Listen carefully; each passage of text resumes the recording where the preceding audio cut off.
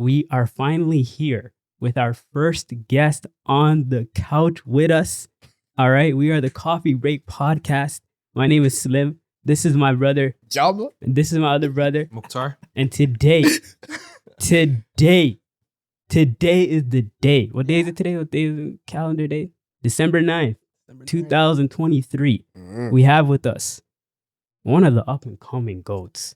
I'm not going to lie. This guy right here, of a lot of my friends, a lot of the people that I know, this guy is one of the most talented people I've met.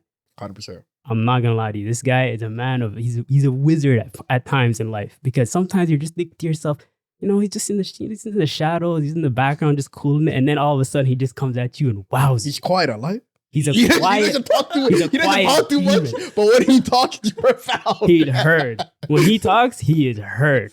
Right? This is my man. This is our brother. We go way back. This is my homeboy, Fantasy. Yeah. The next up and coming artist of Toronto. Let's give it up. Let's give it up. Welcome to the Coffee Break Podcast, bro. It's a pleasure to have you, man. It's an honor to have you as the first guest. Hey. Do you want to tell the people, you know, who you are, what you're about? You know, my name is Fantasy. You know, I knew Muhammad Ali or Sami. Jama. Mukhtar. Giving out governments. Hey, We don't do government. if they didn't know I was Muhammad Ali, till now, bro, like, come on. I don't got no ops, man. Listen, I rep Muhammad Ali till I die. Oh, Like CEO. You still have ops. hidden. He's CEO. Brother, People have to know that. I'm on LinkedIn. I built this platform to be called Jama, fam. All right. This is Jama over here. Or Sami. We never said the first name. I never say that. He does the edit, so he can bleep that. All right. Every time I say the names, you guys can just bleep that. Just No, speak it's fine. that. I was just playing. No, but you know, it's great being here. I've been watching your guys' show for a long time. Yeah. I've seen it grow. I've seen you guys day one. I've seen when you guys like came to this idea. Guys like, yo, we have a lot of ideas we want to talk about. Let's actually start expressing that. We did. And, like, you guys have a lot of deep conversations. A lot of conversations that, like, you know, when I'm on my ones, I listen to, and like I actually like I get to think about different like issues I have in my life and different perspectives because of you guys. Oh, really? Yeah, it's, like, Wow. it's great. I'm not gonna lie. You guys have a lot of like different opinions about like specific things that happen to people. Mm-hmm. I appreciate that. And it's awesome too, because like you said, we go way back. Like, I mean, you guys go way further than me and you, but like since we know each other for so long, though, it's really great that we get to, like, you know, listen to each other's like ideas and perspectives on certain topics that are like kind of like either taboo or like niche and whatnot. Like we've had fun talking about them. I know me and this guy, we've been going back and forth on certain things that have just been like really like life-changing aspects in people's lives and stuff like that. And it's just been a journey of that. So to have you here on the show finally, man, it's an honor and a pleasure. And we're gonna get into some mixy ass shit, you know. We're gonna get into some stuff. We're gonna get into some business. But like I said, you guys both are just coming back from a trip to Japan. Sure. Spent how long? 10 days in 10 Tokyo. days, yeah. Yeah. Talk to me about. First off, I need to hear from the start. How was the drip game there, bro? Immaculate. Tell me. I need to know. Like, what was Toddlers, immaculate. toddler? 40-year-old women, immaculate. Wow. 40-year-old niggas going to work, immaculate. Yeah. Wow. Everyone is getting dripped out like crazy. So where are I we? look like a peasant. Wow. Yeah. So you're coming. I went there. I was like, you know, like jet lag. I was wearing like the dirtiest clothes. Like, you know, I took food from like the fucking flight. So it really I matters. was looking like this, walking down, and I just look around. Everyone's looking immaculate. And Star-studded. I was like, whoa, I have to fix up. They Star-studded. take fashion really seriously there. So even going there, like you're just taking in, like, yo, I'm standing out right now. Yeah. Like, drip's not like that. Not only that, actually, first of all, I was standing out because I'm black. Yeah. So that's the first thing. You can see people. You can see a black person from a mile away. Yeah, Wow. no. I think Crazy. to be frank, I think he and my other friend had it a little worse than I did. Mhm. Because at least I'm their size, you know? Oh yeah, yeah, This yeah. guy, imagine two basketball players size black men. Did walking around anyone like come up to you or anything like that? Like for what? For just thinking you were like some kind of a basketball athlete? I was waiting. You were Never waiting happened. for it? Never happened. You're like, I have my pen with me, bro. I I'm was like- I gonna was gonna be sign like- this Michael Jordan No, autograph. I act like I was gonna be like, you know, What player would you have been? player. Yeah. Like, I'll be. What player would he go I'll for? be like Carl Victor Boozer, Oladipo. fam. I'll be like Boozer? Victor Oladipo. That's a beige A guy. light-skinned bald guy? Like, who's Are you crazy? I'll tell niggas I'm Victor Oladipo. what are you talking about, Oh, bro? Victor I'll Oladipo? tell niggas I'm old. Yeah, I was about to say Luke Barmouth. I'm a bomb. I would have said, yo. another African man? I would've- You think I have to give him an African man? You know, maybe I'll just go with OG. I'll be like, you know, I mean Pascal Siakam. You don't look- Pascal. That's him. Yeah, I'm Siakam, guys. Nah, he's a tall black He man. has a ring. It doesn't matter. He has That's a the ring. characteristic. He has a ring, bro. It's all. He's a champion. It's all He has good. a ring. Wow. He does. He has a great ring. Wow. He had a crazy first game. Remember in that series? So, like, tell me about like the direct differences in the Japanese culture versus the North American culture, and then the subtle differences that you guys noticed. Yo, for one, people there are very systematic. Mm-hmm. Like they're very line oriented. Yeah, They're very quiet. like wait in line. Yeah. Like even at the sidewalk, bro. Really, You have to be in a line to go that side, and the other people are in a specific line. nobody's Like cut they it. have like dotted lines where to stand, Yeah, and you need to stand there, fam. jeez. Like Wow. it's not serious. And if you don't, people look at you. They already were looking at me, but they were looking at you like you're out of the norm, Mhm. you know. And for another one, people there are quiet. One time, me and this guy were talking on the subway. Oof. Somebody checked you? Somebody G checked The new you? One Piece came out. I was like, yo, look at this shit. And then, like, we were the only two people even whispering. I told you, like, when you're on the train, like, it's like customary just to be quiet. Yeah, Jeez. It's like you're supposed to be like, just if you're always supposed to be listening to your like whatever you're listening to Mm-hmm. without making a sound. And it's just it was kind of weird there because like me and Rasan wanted to talk and it was like we felt we're disrespecting the man. So like you know how in Toronto like you go on the subway sometimes and like a crackhead will come on with this music all loud playing Beyonce Irreplaceable. If that were to happen there it would literally be a problem. Oh, they would stop the train. Everything all halt, all actions at halt. They would hit Wow. the police. First of all, the police there, fam. Mhm. You know how we have a whole divisions dedicated to police? Over there, they don't put a lot of the funding, from what I've seen at least. Like the Mhm. building beside me, the police buildings were as small as the convenience stores, fam. Jeez. And there was only 3 niggas in there. Damn. Yeah. You're like, yo, police yourselves, man. Police yourselves. They're orderly. Like they don't Yeah. need police fam. Wow. They don't need that. That's what at least that's the ones that I saw. I don't know what it was And like in your crime is part. so foreign there. Yeah. Theft is so foreign there. Really? Like people don't steal. Like people Yeah. are very openly with their items. Mhm. Like there's a lot of opportunities. But like like Why'd you say it like that? Yeah, there's a lot of I'm just saying, a lot opportunity. of Yo, this opportunities. guy He saw his eyes light up, right? He's like, whoa, man. Human time. No, but I was telling this guy, like, I forgot 50 cents at the convenience store. And there was a cashier lady that ran all the way to the stoplight to give me Wow. just 50 cents. Just Yeah. because you forgot your bro. Yeah, change. she was like, my bad, I forgot to tell you. She's like, that's on me. Yeah. She's like, that's on me. I was like, yo, relax. But the only thing there is, fam, they're not really great at English. Like, Mhm. like you know how when you come to different foreign countries, like Mhm. a lot of people are bilingual. Yeah. Over there, they're very Japanese oriented, right? Mhm. But they do know keywords. you Yeah, know? like, they sorry, do like you know, Yeah. this, cash, blah blah blah. no, this, you know? yes. Which was decent. I was able to understand. Were you able? Did you have any difficulty? No. Like I only spoke like I said, hey, I'm sorry. Like I only know like 3 phrases. Did you guys pick up any Japanese phrases that were like necessary? Yeah, you have to Yeah. know arigato. Thank you. Yeah, this guy, you've been saying that for years, bro. That's you. He's been training his Yeah, whole he's life. really been going. Yo, he's been Arigato. documenting it, bro. How many times have I said that to you? Man, I was fam? saying that to the Indian lady at Tim Hortons, bro. She's like, what? A black guy? How? Yeah, another one is sumimasen when you're in the subway. Like, excuse me. Mhm. Like Domo is just like hi. yeah, like hello. Domo. Hi. Yeah, Okay. like all the little stuff. But for the most part, like when I was, because I went to a lot of restaurants, right? Yeah. If you don't speak, you Mm-hmm. just point out what you want and they understand. Wow.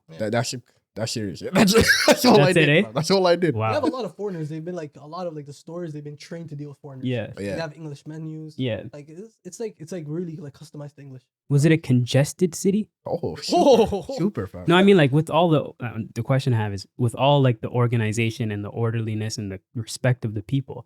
Did you find that there were points?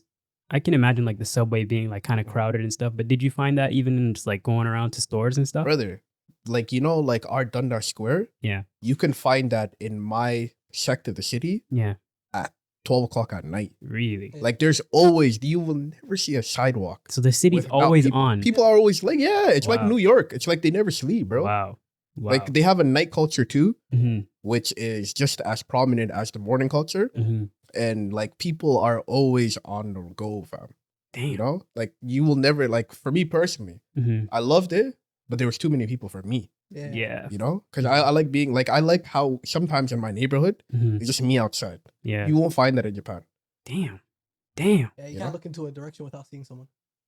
Everywhere you go, there's a human being. Everywhere. Was Wow. there something you guys had to get adjusted to?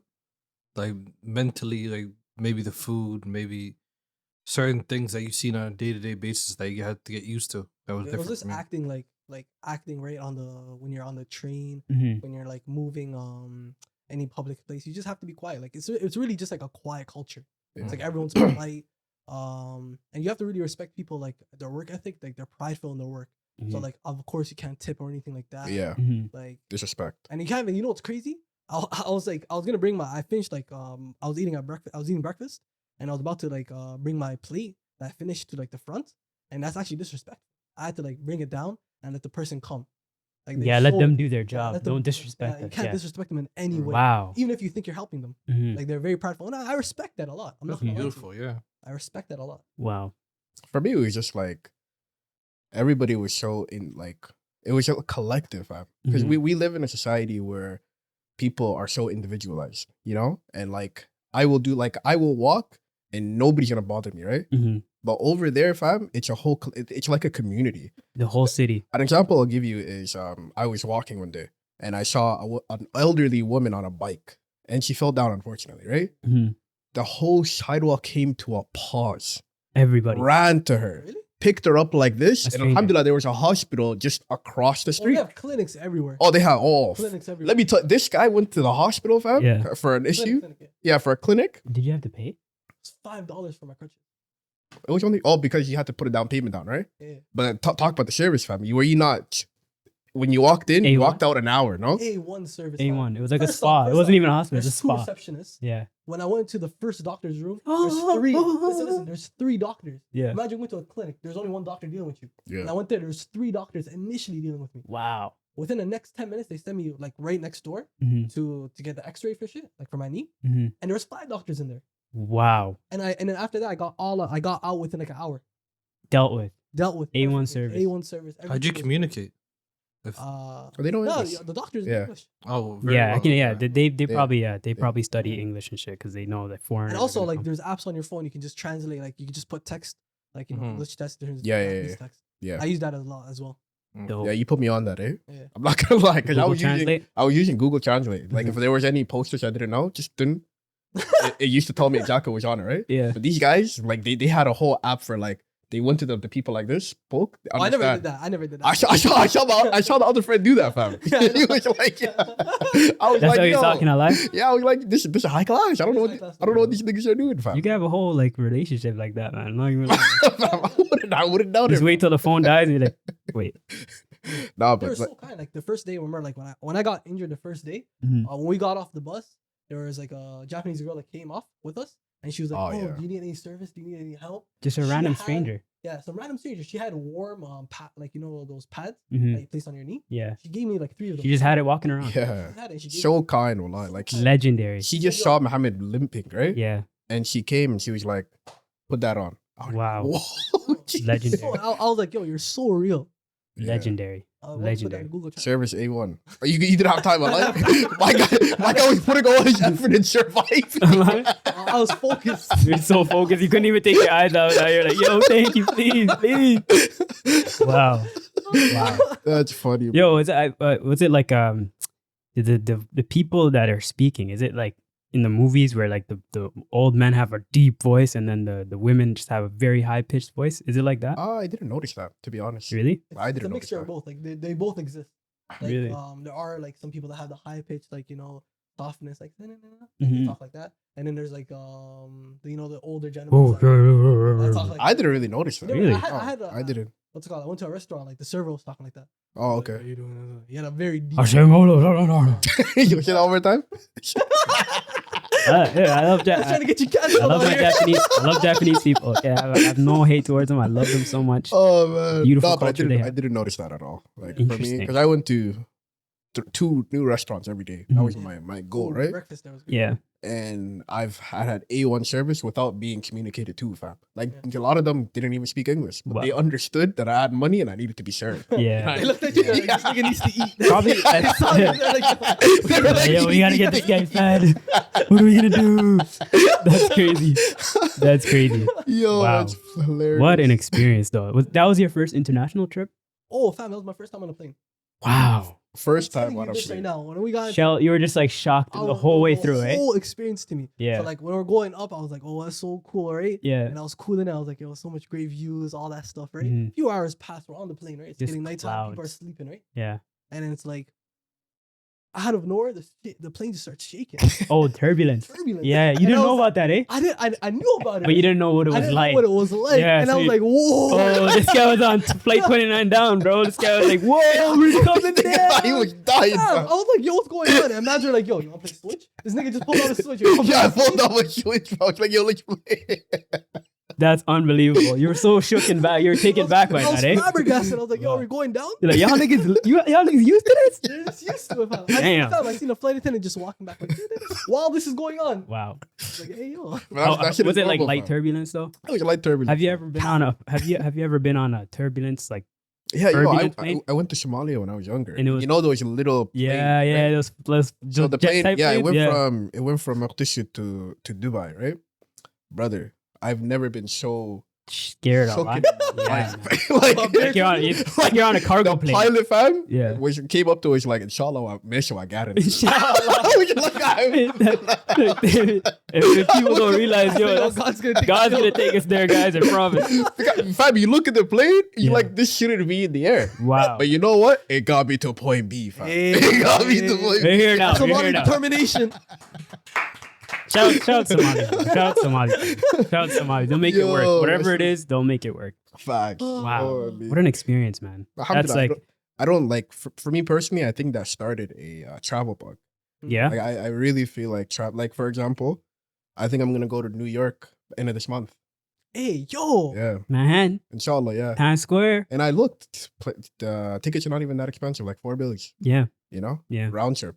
I'm like, all right, I'm there. Okay. Not that bad. When are you going? Probably, I wanted to go either New Year's time Okay. or a little after Christmas. Oh, you want to celebrate New Year's there? Yeah, I wanted to, because I know New Year's is a huge celebration in New York. That's correct. You're cracking to me now. I'm not gonna lie. Okay, Like, trying to watch it next listen, year, listen, listen. Hey, Gotta watch yo. it. Listen. That's what I'm supposed to Madison Square Garden. Listen. Knicks Oh, game. Knicks game. New Year's. New York trip. What do you I'm think? down. Yeah. Fam, I'm down. Live on the Coffee Break podcast. We're making plans already that are probably gonna fall through anyways. We're probably not going, but yo, my nigga, I'm down. Fam, I'm down. I'm No, telling but you right seriously, now. we should really actually. No, look into inshallah. Like, No, it's actually- I have a travel bug. It's fam. feasible. It's actually Yeah. pretty It's feasible. not that expensive too. Yeah. The only thing is probably our hotel would be a little bit expensive. Well, we could get the an more Airbnb. the more of us though, the better the price would be. You know. What I mean? Exactly. Yeah. But, oh, Yo, Japan, there was no Airbnb, fam. there was We no Airbnb there. like The entire place had no Airbnb. like hotels. it's not a culture for Airbnb. A lot of it like was hotel, Is it? hostel. I had a question that I almost forgot to. Is it more debit transaction based, debit credit transaction it's based, cash. or cash? Well, it's for us, it was cash because we didn't have like. Yeah, you guys Japanese were credit. foreigners, but like amongst like the society, did you see a lot of people using Nah, bro. debit? They're very. It's a culture of like they still have that, and I know they're making a push to be more debit credit, Mm-hmm. but like for them, it's all like cash, you know. Yeah. And I'm like, all right, because I always have to go to like the 7-Elevens because they had ATMs, right? Take out $2 bills at a time, go to my restaurant. Go about your day. Yeah, go about my day, you know. Wow, beautiful journey, man. Beautiful. Nah, but there are a few spots that have the credit, you know, and I Mhm. use that for like shopping and stuff. Yeah, But for food, you have to use cash. true say. Damn. All right, so I mean, I don't want to get too like averted from where we're going. I actually have things I wanted to discuss with you Yeah, go about. ahead, I mean, go it's ahead. been a while, but since you guys were gone, this is a great segue too because we actually have a artist with us, a rapper, right? So Facts.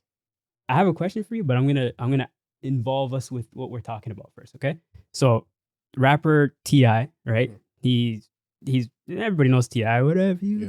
like, my nigga, like T.I., bro. That's how you you know? know him from? Trap music, bro. He's one of the OG rappers, you know, from Atlanta. Yeah. He has a son, right? I didn't even know he had sons that were rapping until, this came to light, but his son, his name is King, right? He was on, I guess they went to a Chiefs game, like a football game, an NFL game, and they were in a box. Like, T.I. is rich. Obviously, he's going to have a Sure. box up, man. Yeah. Come on, man. He had his whole family there, his kids, his wife, blah, blah, blah.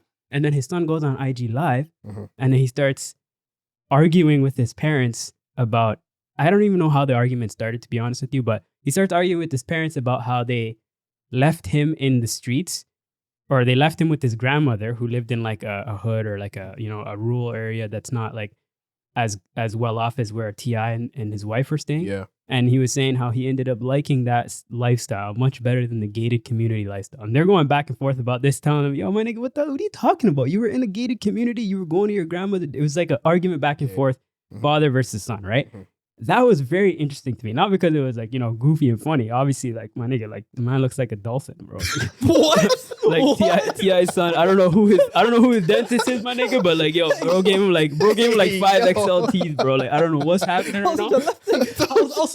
Bro, like, real talk, man. But to be honest with you, I was so baffled by that because it made me realize that there's kids that grew up in great situations. Yeah. Great outcomes, great circumstances that just can't accept the fact that they're not in poverty, or they can't relate with people in poverty. They can't accept that. They have to take themselves out of a great lifestyle and put themselves into poverty, into some kind of a suffering, into some kind of a hardship, so that they can feel some kind of relation to people that who don't really even want to be in that. People who would do anything to be out of that, right? So the reason why I want to bring it back to you is like, you know, pursuing your career, right? The goal eventually is to be in a position like T.I., right? Do you ever think about maybe what that could do for your kids or for the people around you someday that are just meeting you as this accomplished artist, you know? And like how that can have an effect on them growing up? We from Izzy, like everywhere we come from, it's like a lot of like togetherness because we're in the hood, you know? That's you true. meet a lot of families that are like, when you're down bad and you're like, you're really grinding and like the people around you understand that you guys are all in that grind together. It's like, it's a clear bond that you guys have. Yeah. And like a lot of people like maybe they're kind of like, maybe the word is kind of jealousy that they have towards that. They say, oh, because like maybe in open gay communities, like it's much less community driven. And it's much more like they're just all about their own shit. Yeah. They have like such a wide like land and stuff like that. They don't have like, that's like, for us, we have like how much people living in like one building. Yeah, there's a lot of like communities feel. Opposed to like a community of like one-way roads are like. Well, a gated community would be like, yo, this is our section and that's y'all section, like you know? 20 people max, opposed to 200. So you have like a higher chance of meeting a lot more people, and it's just a lot more togetherness. That's my opinion. If he comes to me and says it like that, I'll be like, yo, like, you can visit like your grandma, you can visit like your nukes wherever they are, but like that place right there, you're not gonna find what you're looking for. It's more so it just has to deal with how you deal with people, like where you want to go and where you want to meet people. If you want to go there just for more togetherness, first off, that's where I'm lacking. I'll feel like, oh shit, I'm not like creating an environment for him. That's kind of along the mindset that I was thinking too. I'll feel bad about that, you know. And I'll be like, I'll try to like better myself so I can like raise him in an environment that he can meet more people and he can feel that he's actually in the community. True. That's kind of where I was leading to. I'd feel very like I did something wrong here, you know, like my kid is not really taking in that I did so much in life to get him this lifestyle that we're living right now that he's taking it for granted. I would feel so disappointed in myself, you know. That would be a very hard. I don't think you should be disappointed in yourself. Yeah. I think, like, personally, it's just the allure of the unknown. Okay. You know, like, since we come from backgrounds where we didn't have a lot of money growing up, that's all we want to do. Like, we want to build our wealth. We want to build our empire where we can be in these gated communities, right? I think if you start out in gated communities, you always have this idea especially with a lot of the culture, with the rap going on right now and what they talk about, you're curious, you know? You want to know what's on the other side. Sometimes you just want to see if the grass is greener on the other side without knowing if it actually is, you know? Interesting. And to be frank, like, personally for me, I want to build that empire where I'm able to have my kids in these gated communities, right? And to be frank, like, there's this social media dude named Kev on Stage. And I think I talk about him all Def Digital. Like, shout out Kev on Stage, man. Like, Kev on Stage is famous for not being a good comedic, not being a good like a comedy person, but he's also a great father. Yeah. And he always talks about how the way that he raises his kids, like, he's always providing them with opportunities to go in whatever avenue that they want to do, you know? And I feel like he has the blueprint of, even though his kids are in a gated community, always allowing them to be open with what they want to view. You know, like one of his son is a creative, like I think he's like a director or something. Oh wow. And he is very into capturing moments, right? and he's always pushing money into his hobbies because he wants his son to have the best of the worlds that he wasn't able to have when he was younger, right? Yeah. And I think by giving your son this freedom, he's Mhm. able to understand what you like, different avenues that you didn't have growing up, and Mhm. seeing where you come from as a person, right? Mhm. So like, it's the allure, you know what I mean? Yeah. And to be frank, I don't think it's a fault on Ti. Mhm. I think it's a fault on the culture for showing this lavish lifestyle that isn't really up for that amazing. Like, we came from that. Yeah. It's not the best. It's Not You know, I had staircases where there was piss. You know, you seen Like, you seen the well, toilets? You seen the staircase that had piss? Put the mattress on top of that. Whoa! Sleeping in Whoa! it. Sleeping in it. Put Yeah. the mattress on top of the piss is outrageous, bro. Outrageous. That's outrageous, Living bro. wildly. How dare you, King and, Ti, and son? if he tells me, "Yo, I want to go back Yeah, there," son. I'll slap him. I'll just give him a good dirty backhand. no, but it's just Crazy. the lure of the unknown. You know. You know, I also think that it's like, okay, for him, Ti son, it's an interesting circumstance that he's in because everybody knows his dad as like a street legend. You know, like Yeah. his dad is like, I came from the streets, I did my hustle in the streets, got out of the grime, and I made it out to the big lifestyle, you know, but the Mhm. streets still love and accept Ti for who he is and who Yeah. he was, right? So it's probably difficult to, you know, be Ti's son as somebody who's also pursuing rap, right? And who's also who can't really identify with that lifestyle that his dad lived, right? Yeah. And knowing that rap is very fixated on the hardships in life and like getting out of the mud, quote unquote, he doesn't really have that persona or that identity in his music. So he has to overcompensate or try and kind of make up for that, right? Yeah.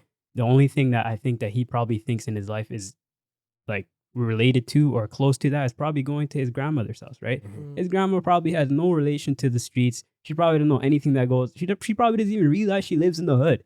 He's probably just taking advantage of the fact that her location is where it is. He's like, Yeah. oh shit, she lives over here. That's her address. All right, I'm going there. It's all good. A He lot probably- of wealthy guys are like that. Their parents are still in the hood because they're in comfortability, Exactly. and it's an environment that they've grown accustomed to and All the don't want family to and friends change. are there. But I The feel whole like world is there. I feel like Exactly. when it comes to situations like this, you know, excluding Ti's son for a bit, it's more so the reason why I was personally saying that I feel disappointed is because growing up somewhere along the lines, you have to realize, even though that you didn't live the same lifestyle as your child now that's living in a better Mhm. circumstance that you did, you have to realize that there's going to be a part of his life or her life that she's going to run into an identity problem. Yeah. Because when we look like the way we look, when we talk like the way we talk, and we're put in these communities amongst like wealthy white Caucasian societies, right?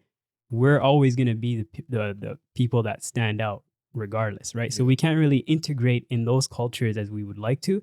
And from where we come from, a lot of the people and a lot of the things that we know aren't like high living. There aren't like glamorous luxury, right? So it's a little bit of a culture shock for us, right? But since the people that make it to there as adults can kind of understand that, it's easier for you guys, for us as adults to like integrate in those Yeah. societies and be who we are, right? Even though we still will always be the token black person, Yeah. no matter what. But when you're a child and you're just kind of growing up and you're just blind to a lot of the aspects of society like that, right? Yeah. It becomes difficult. I can only imagine. I'm trying to sympathize for Ti's son or like people in his position where you're thinking to yourself, okay, where I come from sees me as like a hood black person, or like they see me as less of them. Mhm. But where I'm actually from sees me as better than them. Yeah. So where does that leave me? I get You know, so it's like finding that balance can be difficult as a kid. Mhm. But where I think the parents can come into it and help out is helping them understand that the way that you are as a person of color in a community or in a higher status community is still original, but different from the way people are in Yeah. poverty situations. You know, like you can still enjoy aspects of the black culture as a wealthy person, but you're probably not going to live the lifestyles that people in poverty or in these hoods are living because you're out of that. You have no reason to. A lot of it's for financial gain to get a better life, you know? And if you don't need to do that, then you probably won't, right? So with all that being said, I'm just thinking to myself, like these kids that are growing up with a little bit of money in their families, it's these, you know, people of color, at least they're having a tough time identifying, but it's a good thing for the parents to at least realize that at a young age and have conversations with them about Black culture, about identity, about who they are and who the society around them is, so that they won't have like this like shock when they're trying to like identify themselves as an adult. You know what I mean? No, you hit the nail on the head, fam. Because I never thought of that. I never thought of, because being a Black person, there's personality traits that are associated with you, right? Yeah. And like, I think the most popular example is Russell Wilson. You know the football player? Yeah. Because like, he is such an outstanding dude. Yeah. You know, like he is, and now he's with Sierra. Yeah. He's with like, he's a father to their kids now. Like, I think it's like his stepsons. Or He's the greatest. I think they have a role kid together too. Yeah, I know they do, but originally, Yeah. Oh, it was Future's just- kid is there. Yeah. So, and remember what Future said? He was like, "Yo, that's a square." He said, "Fuck Russell." Like, and that's because.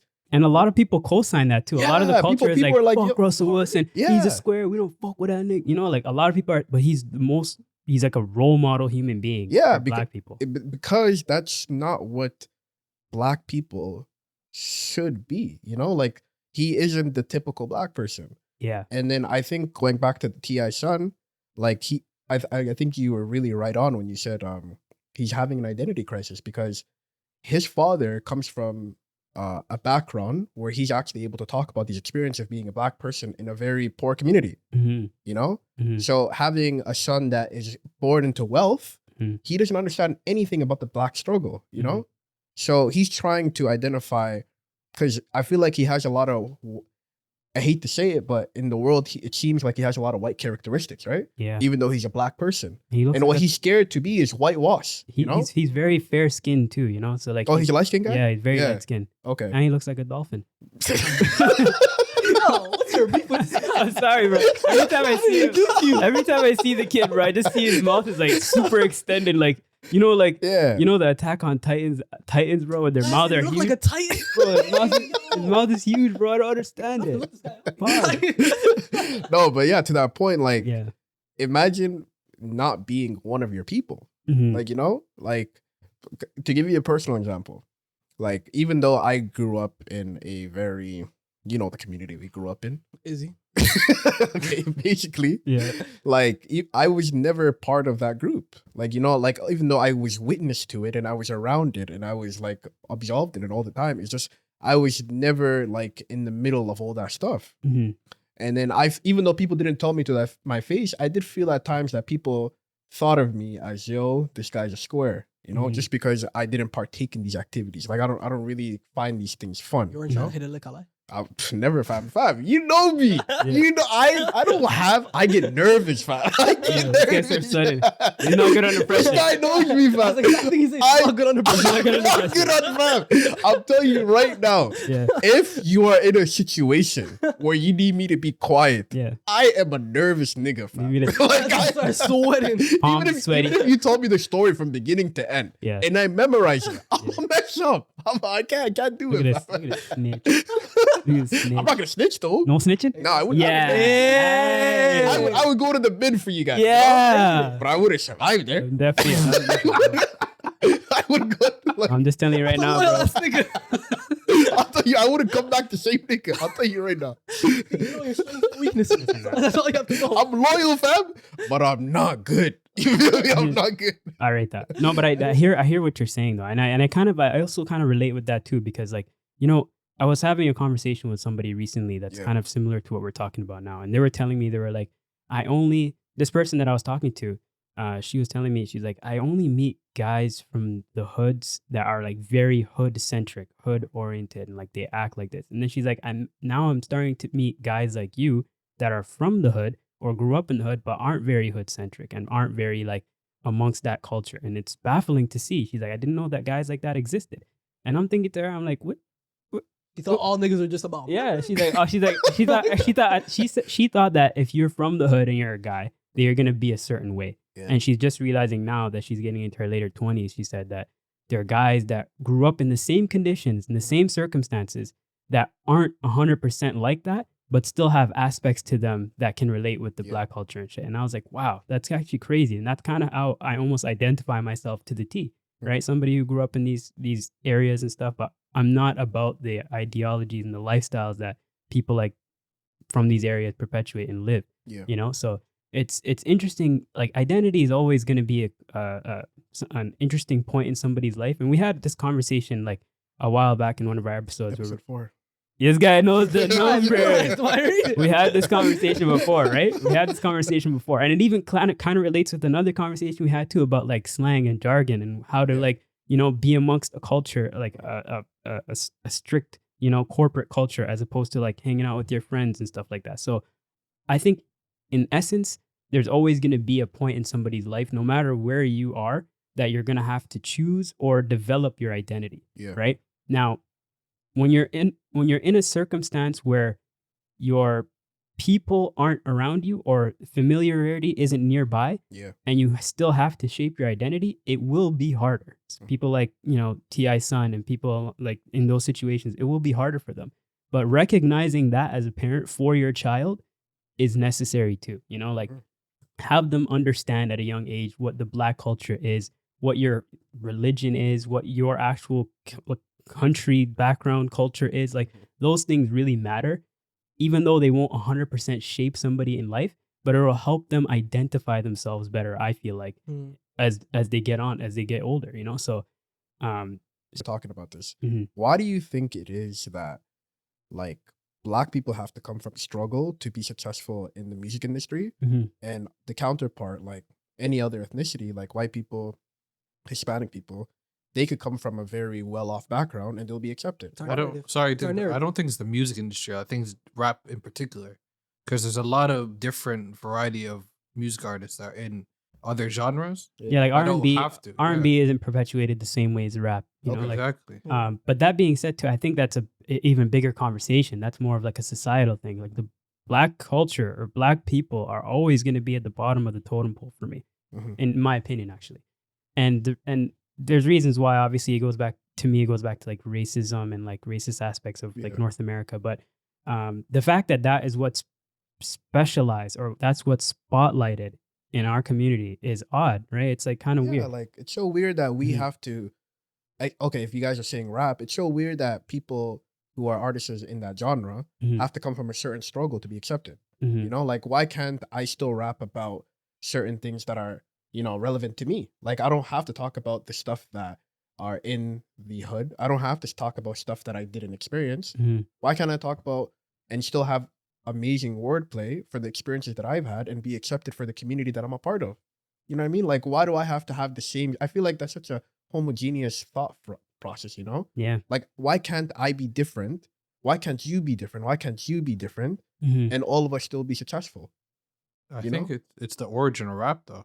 The origin of rap is street basis. That's fine. Talking about where like the struggle and how they came up and how like making society hear what's going on for the lower income communities. It used to be authentic in the beginning. It was so polarizing because their voices were never heard before. It was like a lot of like racist shows happening to Black people. A lot of people are living in like horrible communities, a lot of shooting, a lot of violence. There's no outlet. And then rap happened and we're able to like be more vocal with it. A lot of people like came to like started looking at it and they started understanding it. It was very polarizing, very authentic for a lot of years. NWA, and then money just took over and then just it ruined it. There's a song called The Message. I don't know if you guys heard that song. The Grandmaster Flash? Grandmaster Flash and the Furious Yo, Mukhtar, you're such a hip-hop historian, man. Can we just give it up for this guy, bro? Bro knows his history, man. But anyway, it's like the song was created. If you guys don't know Grandmaster Flash and the Furious 5, they created hip-hop. Yeah, they're one of the founders of hip hop. Yeah, the pioneers of hip hop, where they come from the Bronx in the 80s, where it was like bad how grimy, the poverty, grimy, bad. Yeah. Like some of the footage is like buildings torn down and But they're like they put at the time it was a poppy sound on just struggle music, and they're rapping about where they come from, and they're walking through the streets as they're filming their video to show.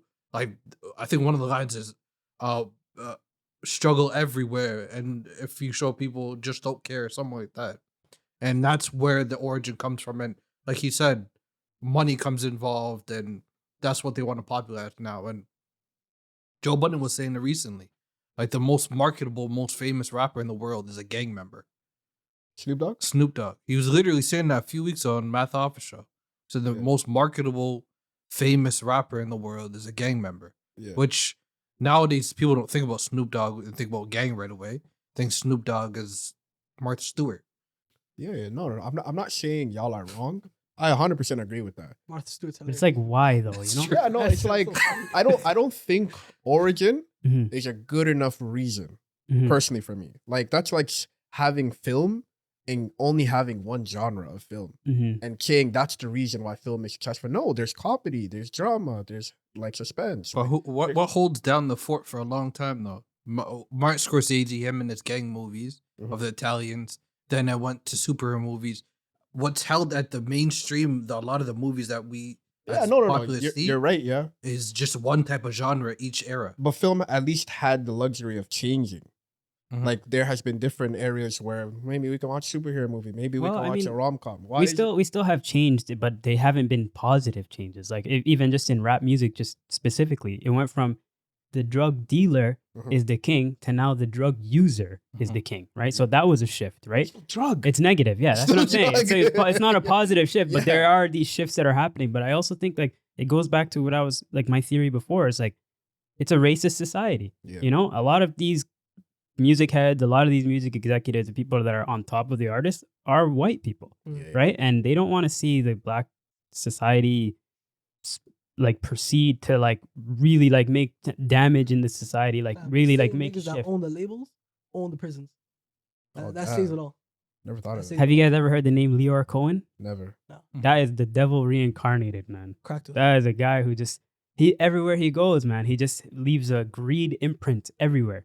You know why YouTube Premium is the way it is? Because of Leor Cohen. Fam. Really? Before Leor Cohen, there wasn't YouTube Premium, there wasn't YouTube Red. He came in and said, "We're gonna monetize everything." Genius though. It is genius. I'm not saying that's not genius. Listen, I'm not saying it's not genius, but I'm just trying to say that, like, to me, being in business was one thing that I realized, that businessmen are an inch away, not even an inch, a millimeter away from being criminals. Yeah. Yeah. Like sure. business, to be a really great businessman in society, you have to think like a criminal. You have to act like a criminal, but you can't get caught. You have to go around the laws that are set up. Use the fine print. Exactly. Everything. You have to use legality at its worst way possible. Yeah. Right? And to me, that comes from greed. That comes from wanting what you don't deserve, you know? Yeah. And a lot of that has been, it's historical in business. That's how business thrives, you know, in a capitalist society.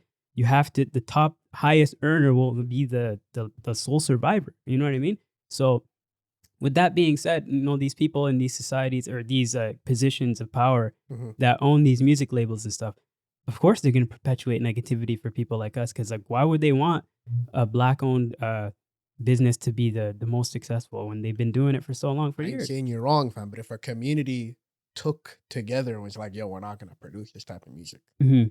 You think People have power together than alone, you know? I feel like Chance the Rapper was on to something, and then the man fell off a cliff. He did stuff. You know? There's other rappers though. There's Joey Badass. There's other lanes of rappers where these guys Oh, I speak know. about. I think Drake is a great example of that, because he came into the game to me on the higher intelligence, like, yo, I'm more relatable. I use vocabulary that's different, introspective, you know, very like different, original, and then just said, fuck it. Mob Ice Ties. Building. The money came in mob ties. Yeah, mob ties. Yeah. That's One of my favorite songs. You know, so like, and it's not like it's the thing about it. The thing about it is we're talking about these things like they're not successful. They're very successful, but that is the problem. They're all products. You know what I mean? Like, how can you say to somebody what you're doing is working and it's working great, but it's wrong? Yeah. The authenticity. You know what I mean? question. That's when you start questioning authenticity. It's like, are you really doing this because of how you feel, or are you doing this because this is what's gonna sell? And that's where the disconnection happens. And that's like such a I feel like a lot of people right now, they understand that. It's like a lot of the younger generation, they can see like the lies, they can see like the reality of the situation. A lot of rappers are not living that lifestyle. Yeah, for Future, for example. Future, like a whole generation on lean. He doesn't even never gave it up 10 years had a ago. cup in his life. Gave it up 10 years Did ago. you not see, I think his name is Lil Tecca. Did you not see his Genius interview where he was talking about like his lyrics? He's like, I don't even do this. I have a wonderful girlfriend now. You know? I was like, yo, like, I don't do this. He had a bar about a Lamborghini. He's like, I do not drive. Yeah. He said, I don't even drive. I think the lyrics, I got black, I got white, what you want? He's like, I've never done drugs before. Wow. Like, That's hilarious. People push these motives when they didn't even really do it in the first place. Because that's Lil Tecca he's probably from a gator community. I don't know. I'm not talking on his behalf, but he doesn't have these experiences. Like he doesn't do this stuff, you know. But he still pushes that agenda because that's what shows. You know what I mean? It's all about the market. Again, it was recently said by Joe.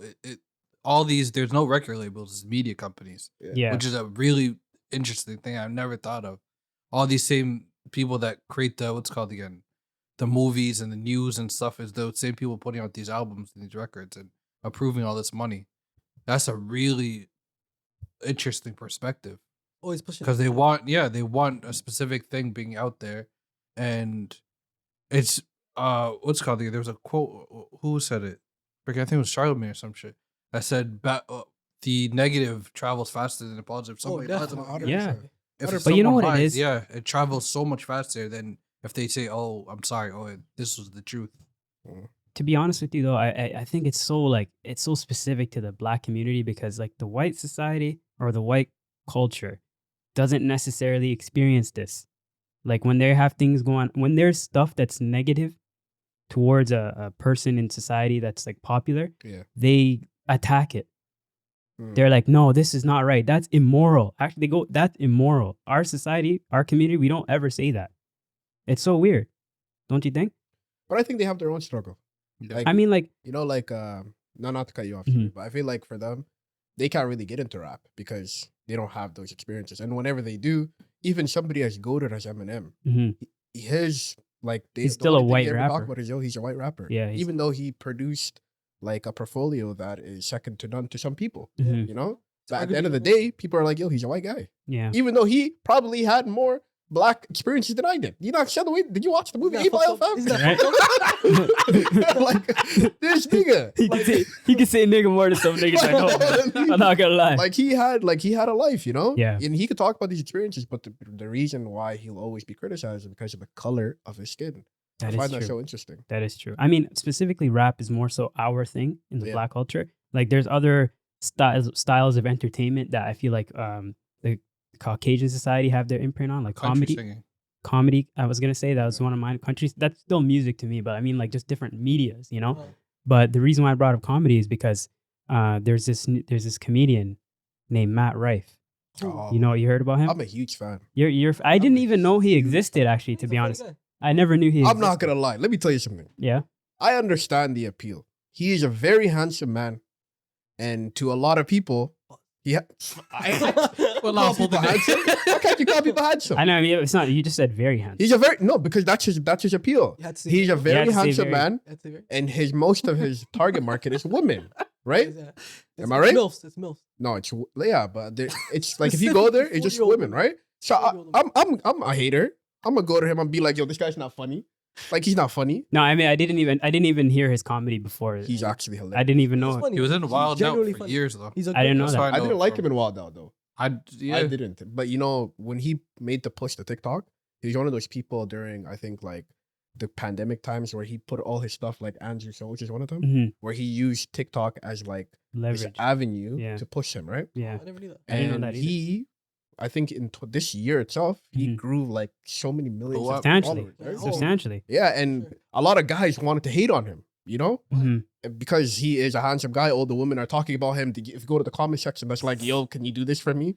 But if you actually watch his videos, man, it's funny. Yeah, interesting. You know? Genuinely funny. Wow, so you're co-signing it. Yeah, I think it's hilarious. And if you go to all the comedians, like a lot of people are like, oh, you're a TikTok famous, you know? He has years of experience. He just recently picked up. You know, I don't even know that he was on TikTok. I knew him from like his stand-ups. Oh, okay. Yo, I'm telling you, in October 2023, I did not know this human being existed. I was so shocked. I was like, what's going on here? Okay. So I find out that this guy, he has a Netflix special. And like you said, his fan base, women. They loved him. Yeah. They loved that. Matt Rife is our guy. They were screaming that. Yeah. He goes on. I guess he didn't like that. Or that kind of rubbed him the wrong way, maybe, because like I don't know, maybe puts him in like a weird. Rubbed him the wrong way? Having a female, dominant fan base, you know. He probably got bare jokes because of that. From his guy friends, you think? Yeah. The only bitches. Maybe like the community around him of guys that were around him were probably like, yo, bro, like, what are you doing? There's so much like this, all these women, like, come on. He probably thought that. Maybe, I don't know. I'm just speculating. It was a backbite, you know, right? Backbite, but he goes on.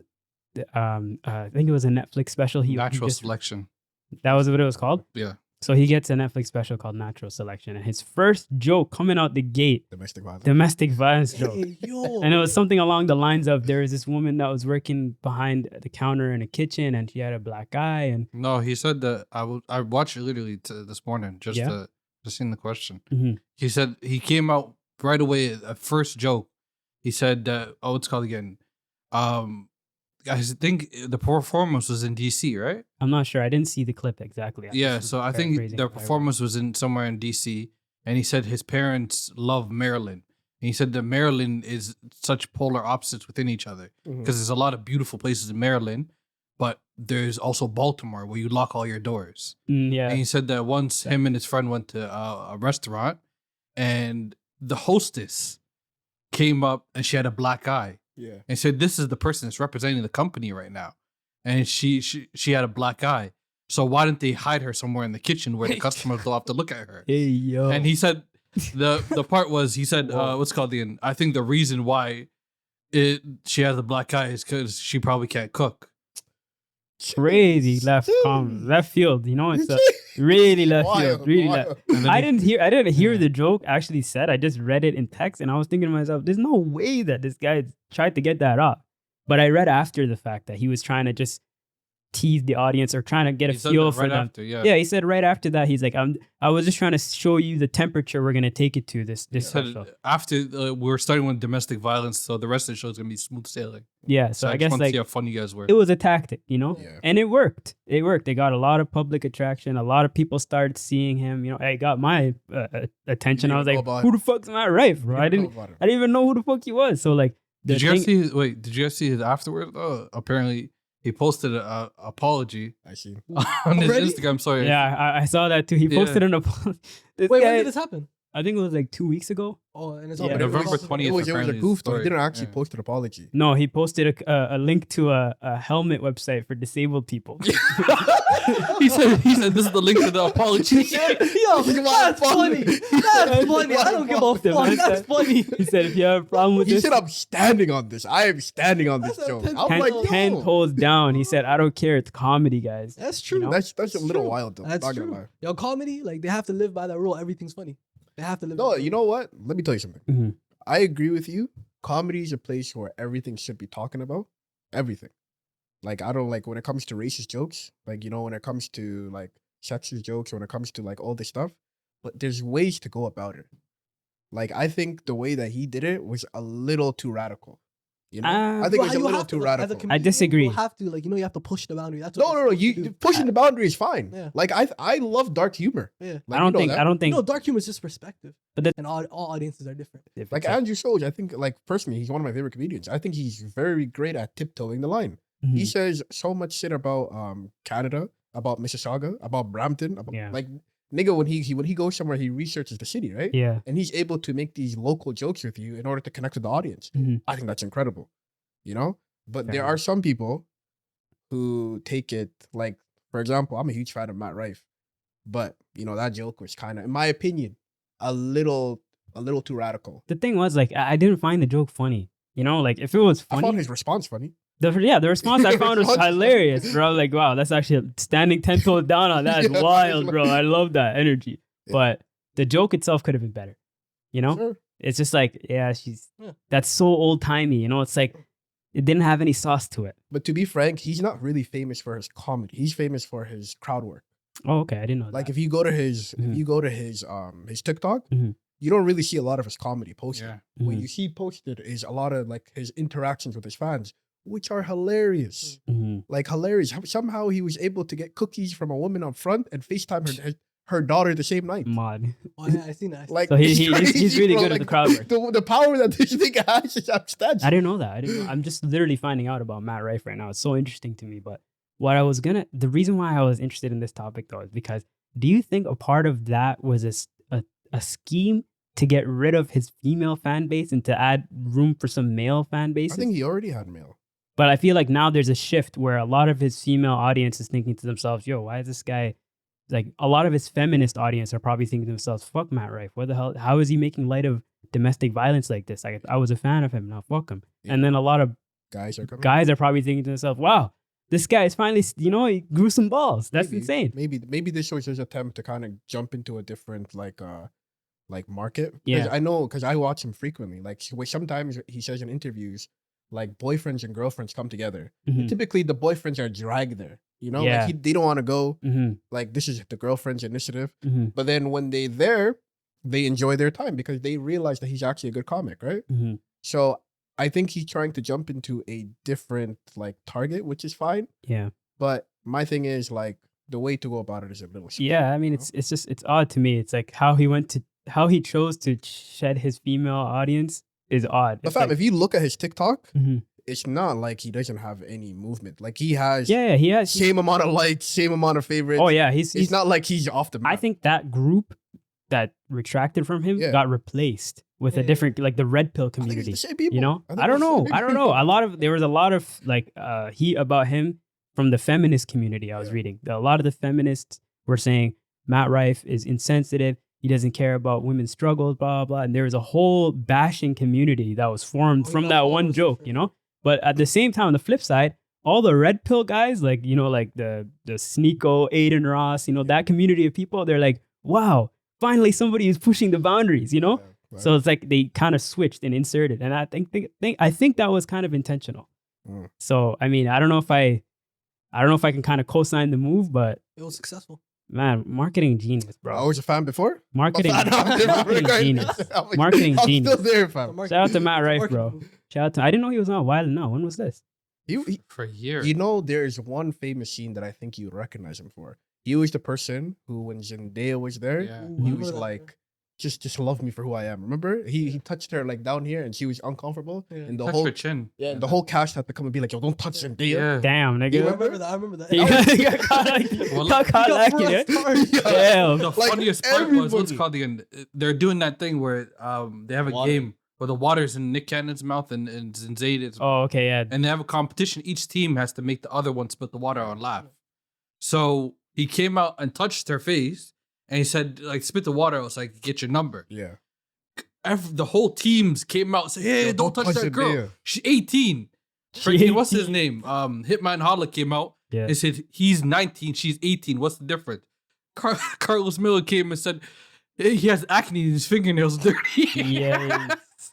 Yeah, how you gonna catch an L like that on Zendaya? But that was back then when he wasn't really known. Yeah, I guess so. Like, he's like 28, right? I don't know. Something like that. Like late. Interesting. I mean, like I said, I had no idea he existed till now. I mean, shout out to Matt Rife. Keep doing great things, bro. Facts. My nigga. Did you guys see the GTA trailer? Of course. GTA 6? Did you see that in Japan or was that here? It was here. Oh, okay. Right? Yeah. How was that? Like, you guys excited? You know something hilarious, fam? Yeah. I've never really played GTA. Really? But I've consumed a lot of hours. Yeah. Like, I could tell you anything about the game. Yeah. Like, I'm personally, for me, we're game sharing on that GTA 5. Facts. GTA 6. You know about game sharing. Yeah, game share from birth, bro. I GTA 4. Oh, no, GTA 5. GTA 5, sorry. Yeah. The last one. Fam, we've had it for 10 years, fam. Yeah.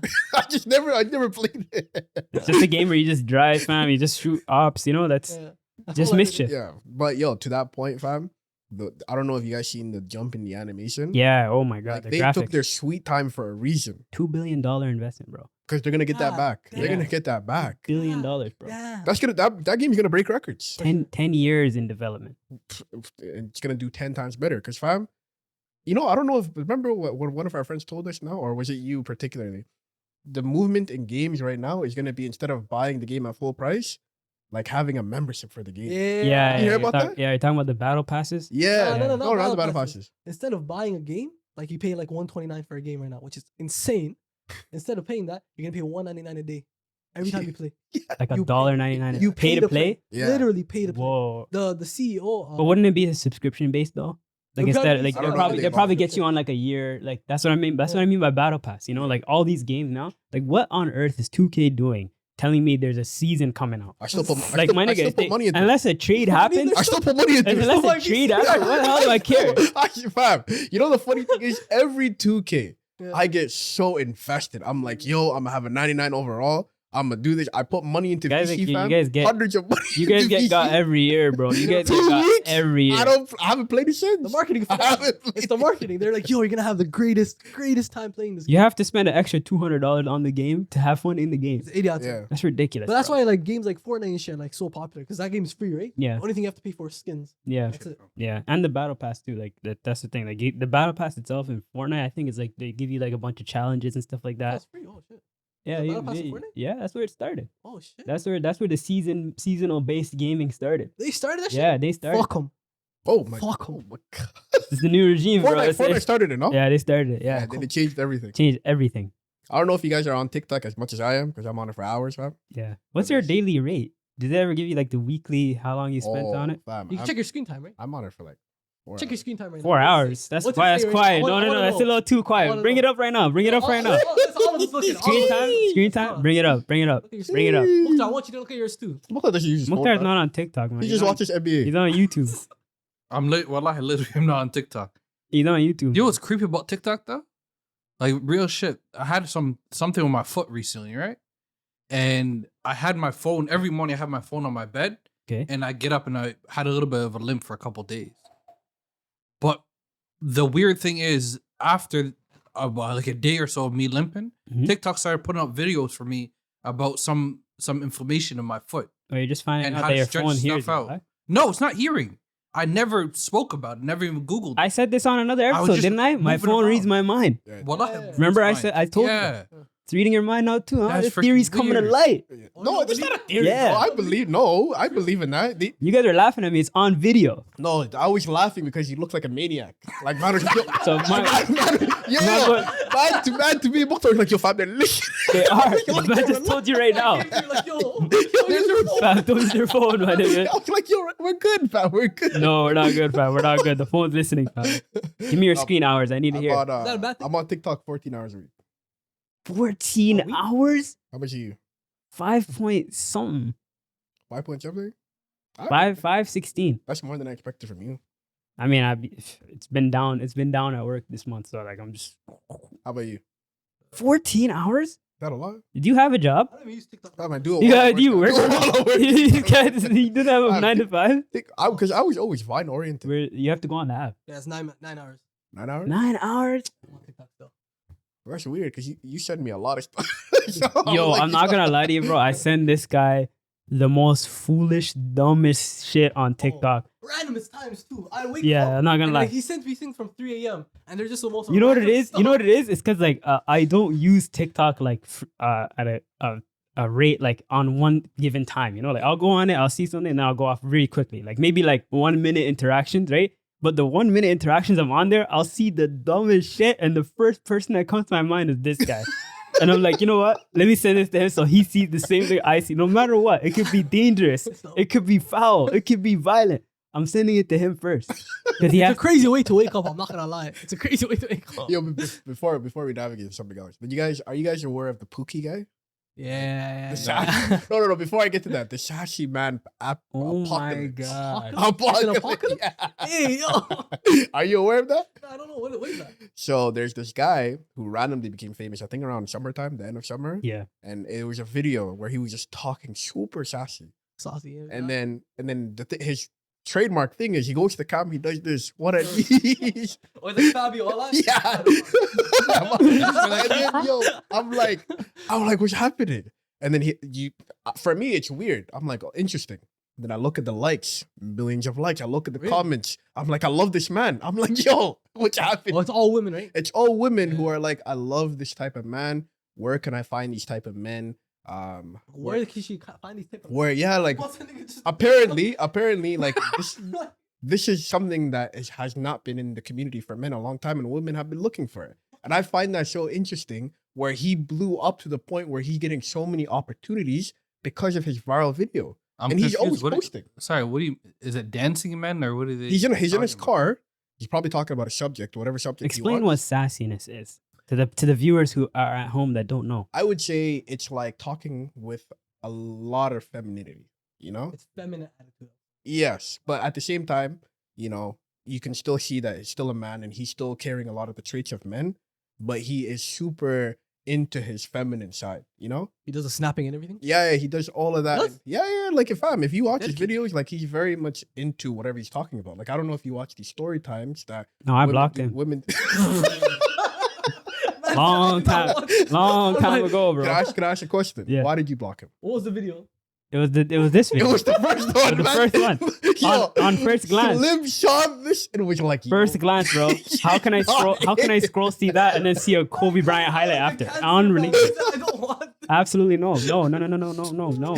No. Thanks. I wish I could have been a fly on the wall and seen his reaction on both. You know what's crazy sides. though? You know what's crazy about TikTok though? Like you block a person that's Yeah. famous, but there's so many fan accounts. You know, so like once it sees that you glanced at it or you viewed it already, no matter how many times you block it, there's gonna be a fan account. You watched Somebody the video reposts. entirely? Nah, just 2 seconds. That was enough. See you. I told you everything you needed. See you. Is that guy from Toronto? I think so, yeah. Okay. I think so, yeah. Interesting. So, but It another represents you. oh damn. Just know that. It represents Not only do we have that action now, but we have the Sassy Man Apocalypse, fam. It's an apocalypse, like real talk. Like people. What Are, makes it an apocalypse? That's People are saying we're getting consumed. who's getting consumed? Like if you like sometimes, fam, I see it on TikTok and I see it all the time. And I'm not a hater, fam. I'll see it, I'll scroll past it. You watch a little bit of TikTok, it's in your algorithm. yeah, that's what I'm saying, So bro. now that's all that I see. And I see other niggas. Fam, I seen a person who looked like the most hood of hood people talking about basketball, Kobe Bryant. Oh my It's like, God. what's happening? That's crazy. Like the There's a whole market. There's a market. Like, I clearly there's a I thought we were getting kind of crazy when the hip dances came in. You know, and they started moving their hips a little bit. I was like, whoa. You don't see those Which niggas one? on TikTok doing those There's hip a lot of TikTok hip dances, fam. dances? Yeah.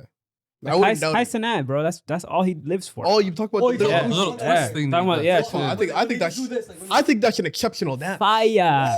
Oh, Fire I that. don't know about that. Yeah, but you know that little Uzi dance? I just want to rock. Oh, that one. Like, Yeah. Oh, I thought you The talking one about- where he- I thought you talking about the one like when they're standing up and they just do a squat doing this. Oh no, that's speed. Oh, Wild. That's speed. That's wild. That's I've seen wild. kids You know do what I'm that. talking about, right? No, That's a but I wild seen a dance. video last year of these two guys. They basically slapped hands. One of them turned around I and they know. both dropped to the ground. I was like, yo, what up? That day, Mukhtar going off TikTok. Mukhtar's whole day was ruined, bro. Society, it's up for us. Yeah, it's up for us, man. We're toast. Oh. We're What's the infatuation with that type of stuff? I don't know, man. With that dance, it's wild to me. Which on the speed dance? Yeah, the speed dance, wild. Because he made No, those are just dumb Kids, kids, man. yeah. Those are just Speed dumb kids. was doing the drop You to know, the grown ground. man do it. he That's a started- lost you, That's what bro. I'm saying. He's bro. lost in the sauce. He started the trend. No, he started that dance where he just like doing crazy dances and then he starts, you know, I actually like the speed. you know, it is what it is. Nah, man. That's his whole come up, bro. It's just moving fishy. But let me ask you guys a question. Why do you think this guy blew up? Me? The Pookie guy. Oh, Speed too. No, why do I you think it's like, okay, you know what? I personally theorized the fact that it's a hybrid between straight and not straight.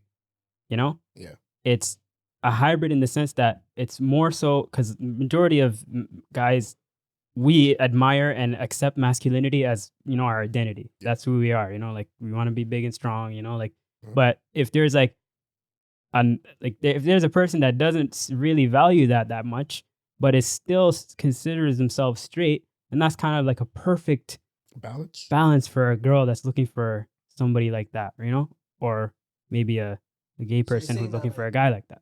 these guys are like the pookie guys. I don't know what they're called. They're showing femininity and they're showing their masculinity at the same time. Yeah. And it's appealing to these certain type of women. Yeah, it's like Certain type. I mean, It's all a market. time. It's a market. It's a market. it's like the trial version of a gay guy. I just find it so interesting that just with one video, this man blew up Mhm. hundreds of millions of followers. But I'm pretty sure that Lots that of nigga's views. married, bro. Is he? I'm pretty sure. I saw that somewhere. I didn't That know. nigga's married, bro. That's crazy. So he's Works. just doing it for just doing it. I think he was married before that. You think he got married after Who the kno- Pookie pandemic? You think he was, fam, you In think 2 he was- weeks, you I think like he just- Pandemic. you think he just started a few I think he just started a few years ago. Man's been pookie his whole life. You think the That's how he found his You girl. think man is the two boys land with this? That's And she was like, crazy. oh my gosh. She got finessed right there. But yo, no hate though. Shout out to him. He did something it caught fire, saw opportunities, making a lot of money off of it. Even though, you know, some of us may not. Like, I didn't block. Bro, I mean, like, I should uninterested. The thing is, I think when I block people on TikTok, my way of thinking about it is there's enough space on this app for me and you to not have to cross. Yeah, that's true. That's you know? true. No, but I just there's all corners of TikTok. I wish I could have seen the face you made.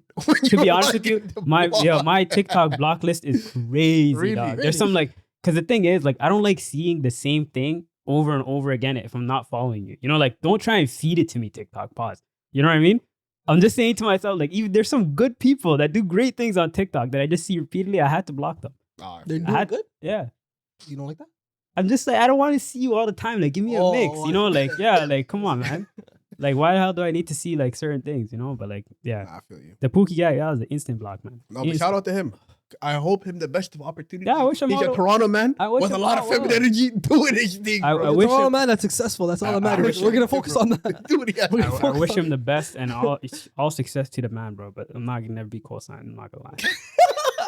I'm never going to be co-signed. Times are changing. 20 years from now, your son's going to be like, Dad. Yeah, let me ask you a question. And we'll wrap up. But let me ask you a question. Mm-hmm. What if you're just chilling one day and your son comes to you like, Dad, can you take me to the store? Kevin Hart almost got canceled. Don't let them get you. You know what I'm gonna say, you're never allowed to go to your uncle or Sami's house ever again. Whoa, what did he teach you? What did he teach you? Think about here. That's the only answer you taught him. I'm gonna be like, you think about your promoting? I'm gonna be like, yo, your uncle Sami strikes again. When he's like 3-4, you just be dropping over Sami. Sami's gonna be like, so how you doing? He's gonna be like, I'm gonna make sure your son is all about that culture. What do you say? Yo, that's hilarious. Stay out of that one still. Trying to be politically correct here. You know, I have no hate towards anyone. All I'm saying is, you know, let Pookie live, bro. Just live away from me. Facts, yeah. That's all I'm saying. Nah, before we wrap up though, in season tournament, freaking Halliburton, yo, monster. He's coming for Steph Curry's place, bro. Stop this. Him and Shea. Shea. It's a battle between light skin and dark skin again. Let's go. Let's go. Huh? You mean from OKC? Yeah, dropped 38 on the Warriors yesterday. You know he's third in the MVP voting? The crazy smoothest game in him and Halliburton, smoothest games in the NBA. You know, my brother made an interesting point. What? Do you think Shea is the modern day Allen Iverson? No, I think that's Kyrie. Yeah, I'm just talking about in like culture. Oh, not on the court. No, it would be more so to Anthony Edwards maybe. No, I think Anthony Edwards talking about? is a funny. Yeah, he's just a comedic guy. I'm talking about. Yeah, I'm just talking about like level of influence and impact on the youth. Really, that he has an impact. Shay's like the coolest young NBA player to me. Oh, I didn't know that. So like you don't see his like Instagram and like he's fashion heavy. Yeah, he's fashion heavy. He has like these like polarizing Instagram captions that are. I didn't know he was that popular. In terms of like outside the court, because I know him when the only time I see him is when he's doing great on the court. I didn't know that he had such an influence on the younger community. Wow. Yo, his Instagram is crazy, bro. No, but I think crazy. What made Allen Iverson was something the hip hop community could accept, and they glamorized him, so the whole pop culture glamorized him. I don't think Shea has that yet. I think Shea fashion heavy, maybe with the kids, but with the entire grown men, young guys, everybody can look at this one. I don't think he has that yet. No. What do you think he's missing? He doesn't have star power, fam. Like he's a young guy though. Yeah, but I think like he needs a little bit more stripes. It might be because he's in Oklahoma though. No. Because imagine Shea was doing what Shea's doing right now on the Knicks. Russell Westbrook was there. And look how that ended up for them. No, but they were still superstars over there. Yeah, but they could have been bigger stars if they were in bigger markets. Even though they're legendary players. They're legendary players. They're obviously their talents are going to speak for itself. But you draft KD to the Knicks, he's a completely changed player. No, I'm not denying his popularity, but he was only second to LeBron James, and he was in OKC. Yeah. I'm not saying what more could you? You're never gonna pass LeBron James. What more could you have done in OKC? I mean, that's the thing about OKC. It's like it's a market in which they've had success, but not because their city is a basketball type driven city or it's not an attractive place. Like even free agents aren't going to Oklahoma City. You know what I mean? Like, it's just not there. Was he an attractive free agent? My nigga, he accepted it. They were like, okay, this is all that I have. Okay, I'm going there. Yeah. No, but I'm just saying, like, Shea may be the closest thing to maybe since Allen Iverson for the youth. Really agree with that. For the youth. I don't think I agree with that. I don't know. You heard it from your brother, right? Yeah. So he's speaking for the youth. Maybe. No, but you're saying I'm not young? Yeah. I'm just saying. What are you trying to say? That's exactly what I'm saying. 27 is the new 17. Who told you that lie? That blatant lie. Why'd you jump to? Why couldn't you be 21? Matic went underage. What do you mean? That's who's really pushing the culture. The 17-year-olds out here. Shout out to them. Oh man, Shout out to them. But to that point, man, I'm very excited for the last in-season game. Every game I've seen of that tournament has been unbelievable. You know, except the last one with the Lakers. Where they slapped the Pelicans? Yeah, demolished them, bro. I'm happy I didn't. Yo, you know what? 9 points, 10 points and shit. VI and Zion. Side note, Zion's problems in New Orleans really makes me want to go and try New Orleans food. Because, like, how can somebody have millions of dollars in front of them? The entire world telling him all you have to do is just go on a diet, and he's like, "No, this chicken is too good." Like, how? Like, this gumbo is great. I need to see what they're talking about. Like, I need to eat how Zion eats. They're known for their food, though. That's the thing. That's probably the biggest curse. The soul food, the different type of I forgot what culture runs over there, but no, they're known for their food. So I can understand. And Charles Barkley himself was heavy coming in the league, so him talking shit about Zion, I think he would be in the same position now. No, but if he didn't have Moses Malone, I think he would be in the same position.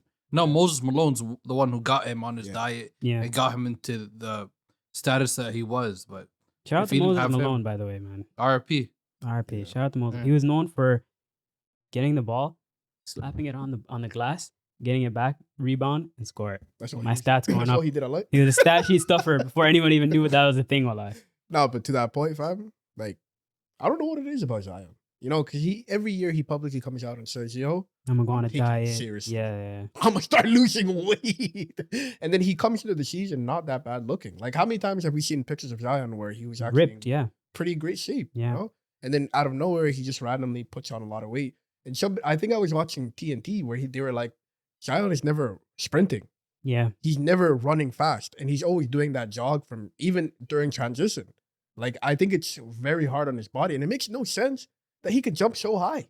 Imagine if he was actually in good shape. This guy would be a whole unit. Yeah, there's a couple guys that mentality gets in the way of their talents. Like, it's really sad to watch. I think it's all the women, fam.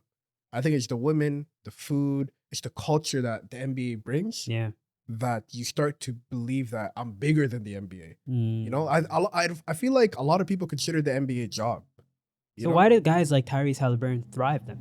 Because he has the same blockers, he has the same blinders in front of him, or the same distractions that are in front of him. But he's able to lock in and play at a high level of basketball at such a young age. I think everything comes from your community. Like, always having a community, because whatever place you are in the world. Let's say the person you are right now. Let's say if you make a little bit more money. Let's say if you're a millionaire, a billionaire. I think it's always important to have a community beside you that's able to give you decisions, like able to give you like opinions, thoughts, you know? I feel like Zion, his whole goal was to get into the NBA, you know? Like, once he got into the NBA, I have the money that I need. Like, he was signed to the Jordan brand. Yep. He was the biggest prospect at the time since LeBron James. Like, he is the next it, right? It's just definitely a mentality issue. Yeah, like, my only thing is, I feel like the NBA gave this guy everything. Yeah. And he saw the culture and everything that came with it and was like, this is what I need. This is what I want, you know? And it got him the women. I don't know if you guys seen the people that were in his DMs. He got porn stars, right? Yeah, he got a porn star pregnant. He's with a girl too. Yo, what happened? Someone brag about NBA just deleted that video online. No, they dealt with it. They either filled her bank account with all the money she could spend, or they executed her silence. He never spoke about her since. She's probably dead in the ground, or she's rich somewhere quiet. That's only two possibilities. Because how can she tatted his name on her face? That was the last moment we saw from her. Yeah, but to navigate back, the reason why I think Tyrese Halliburton is doing so amazing. Halliburton? That's not how you pronounce your last name? Halliburton. I don't care. Nigga. Hey, yo. Respect the man, bro. Halliburton's the type of Okay. Halliburton's the type of fish. Halibut, I like. You call him a fish? Yo, but the reason why I think he's doing so well is because he has a great group of people around him. Really? Like, no matter where you are, I remember what I was saying. No matter where you are in the world, rather... You're talking about like his team though? Or like his support like his system? community. Okay. Community. Took him Yeah, halfway like, through. That Jimmy Neutron moment. like no matter where you are, either it be the person who you are right now, either it be like if you make a little bit more money, a millionaire, billionaire. I think it's important to have a group of people who are able to challenge you. Like I feel like Zion has a lot of yes people. Like He doesn't have niggas I tell him to fix up. yeah, people like everybody to him sees him as Cash like cow. a god. Cash cow. Yeah, like because if I disagree with him, he's not gonna put money in my bank account anymore. He was gonna buy my Louis. Yeah, My Louis Vuitton. like that. People are scared of that, right? But I feel like people who are successful in this world all have people who are able to tell them no.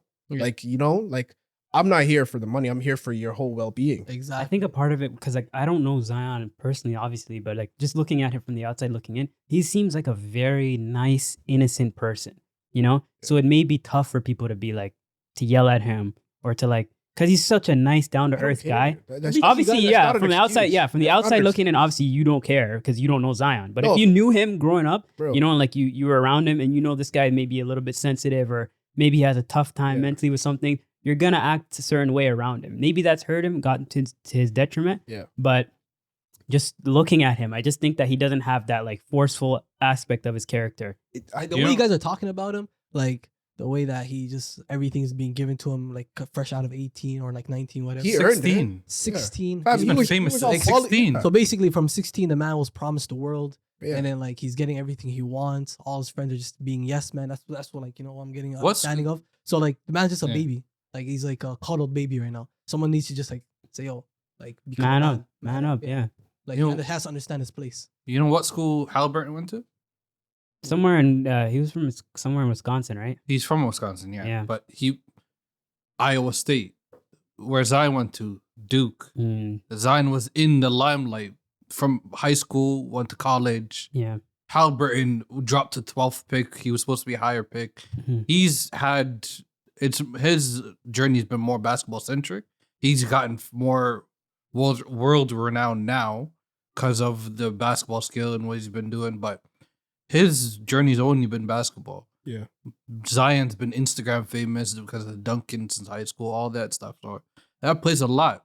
And look at the what's called the Ball brothers. Even though none of them right now publicly crashed out, there's stories about them. They're being followed around. They had a reality show. There's that cultural influence is important. Guys that are just specifically basketball and guys. Anthony Edwards is a good example though too of that's a guy you root for. Yeah. He's funny, but he keeps it Georgia. He's got that nice mix of like being a celebrity as well as being a professional basketball player. Yeah. Like Zion's missing being the professional basketball player. No, he's just great, bro. He's a great ball player. He is, but he's like, he could be so much better. No, but the Yeah, focus, that's exactly what people the are saying, focus. that you have potential to be great. How many years can you have your identity shaped by your potential though? Because Exactly. like he's in his fifth year, going into his sixth year later. So it's like, and there's no real like no accomplishments, and he's had a lot of he's sidelined a lot because of his own self. Yeah. You know, being too husky, too big to play, or injury problem, self-control issues. Yeah, so it's like, at what point, dude? As a fan, I was thinking to myself, if Zion doesn't get into shape this year, then I'm probably gonna be done thinking that this potential is gonna come. You know, that's unfortunate though. There's only so many times it can That's be so on the unfortunate. narrative. But it's like it's just a part of the game. Mentality has a lot to do with it. Do you think it's time to trade him? I thought it was personally time it to would be end this experiment, but since I've started seeing them play together, him and Ingram, I'm just thinking to myself, wow, Ingram's a hoop. they're gonna lose another 30 points game guy. Ingram's if they wasting get his rid of time, him. Because like if he does go to another team and fix up and get into shape, New Orleans is gonna be crying. They have to be crying. And to that point, maybe, let's not shift all the blame on Zion. I know that the whole organization is pushing for him to be in shape, but there has to be some level of fault that they are facing. Yeah. You know? It's called old baby. They're just I feel like, don't get me wrong, like they always publicly come out and say, yo, you got to lose weight. But do they have the right people around him? Have they hired the people around him? Do they pull him in the right programs? Do they do, like, what does his off season look like? I don't know if they're able to control it to that level. You can't control it. I don't know if because like you're giving a guy $30 million a year, and like if he wants a quarter pounder at 4 a.m., I think in an instant. Yeah. Somebody's gonna bring it to him on a silver but, like, platter. that's when you have to like take into account the professionalism. It's like he's lacking in that. Yeah, but I think that what Rasami's saying too, I don't think he has people that are You need to keeping him in bro. check for that. You know, like Yeah. his surrounding circle is probably not very. Yeah, like he has a bunch of, imagine just you guys always telling me I'm great. I would think I'm great, all the time. you know, but Yeah. not gonna lie, having you guys around me, keeping me down here, it makes sense. Yeah, Like, you know what I mean? I can't be that great. I have to remind you some days you're not looking it, you know? Yeah. You You know gotta how many fix up. times this guy looks at me like, yo, you're not looking into it. I'm like, all right. You need that harsh, honest truth. Yeah, like you really do, because you need a good people around But- you. And who are another able thing to- too is Zion's an only child, right? Does that really impact anything? So like he's probably been coddled his whole life by his parents. I don't think they came for money though. No, not necessarily. I just mean like spoiled in the sense like you're the centerpiece of our world. You know, like you're a celebrity at home, and now you become a celebrity outside, and the whole world's treating you the same way. That's true. He But- just so it's needs a like- Kobe-esque Yeah. like mentor around him. That's it. Like, You know a what person that's the- gonna drill like hardworking into The it. thing also is like the Kanye effect. Kanye is world renowned. He's known for coming from Chicago, struggle, coming from this whole area. But nowadays, like the guys around him are questioning, like Pusha T's question, yo, why don't you have these conversations with Kanye? Well, why is Kanye doing this? What? And I have these conversations. It's just Kanye's gonna do what Kanye wants to do. He can have the people around him. At the end of the day, he's a grown man and a millionaire. And whether people tell him he has the people that check him or not, he doesn't have to listen to them. Mm-hmm. He can just move how he wants to move, I think it's different. whether he though. respects the person or not. I think it's different there, because as an artist, it's like playing individual sports. Like you're playing Yeah, that's- tennis, you're It's on your own. creativity versus like athleticism like and you're- skill. You're doing, like, as an artist, there's really not much people around you can say, because you're always boosting your own creativity, your Mhm. own morale, right? But if you're in a team sport like type of area, right? Whatever Zion does in the off season directly impacts what his team does, their success in the season, right? Mhm. Like if he doesn't eat well, his team is not gonna do well. I think His teammates are not putting him in check. I think I don't think his teammates have it in them to I be like, think yo, it's like Zion, they fix can't. up. it's very similar to what Anthony Davis goes through. You know, it's because like a lot of people have been saying for years, this guy should be better than LeBron. He should be carrying this team. And on any given night, we don't know what AD we're gonna get, right? And it goes back to like how much times he gets injured and how he takes care of his body and things like that. You know, so it's a lot of the same similar stories we hear from Yeah. certain players, but it's I think the players like the Kobe Bryants, you know, like the LeBron James, the Steph Currys, the people that come into the NBA and just completely just throw away every aspect of their life and just focus, dedicated, driven focus on getting great. Mhm. I think those are anomalies. They don't come very often, you know? So it's like when you put somebody like a Zion in the position of you could be an all-time great, one aspect of it is how they're playing, how they are. But the other aspect of it, which is just as important to me, is their mentality. Right? So it's like, Yeah. if you don't have that side of it, then And just gonna be Edwards, a what if. that guy has that. That's why I think that next couple of years he may be it. Mhm. That guy has that. He has the hunger and he has the attitude of I'm a star. yeah. And he plays like so. I think there's a game a couple weeks ago. I think was it against the Celtics where him and Tatum were just it was an Back and overtime forth. game Yeah. going back and forth, Yeah. hitting big shots, and he was talking.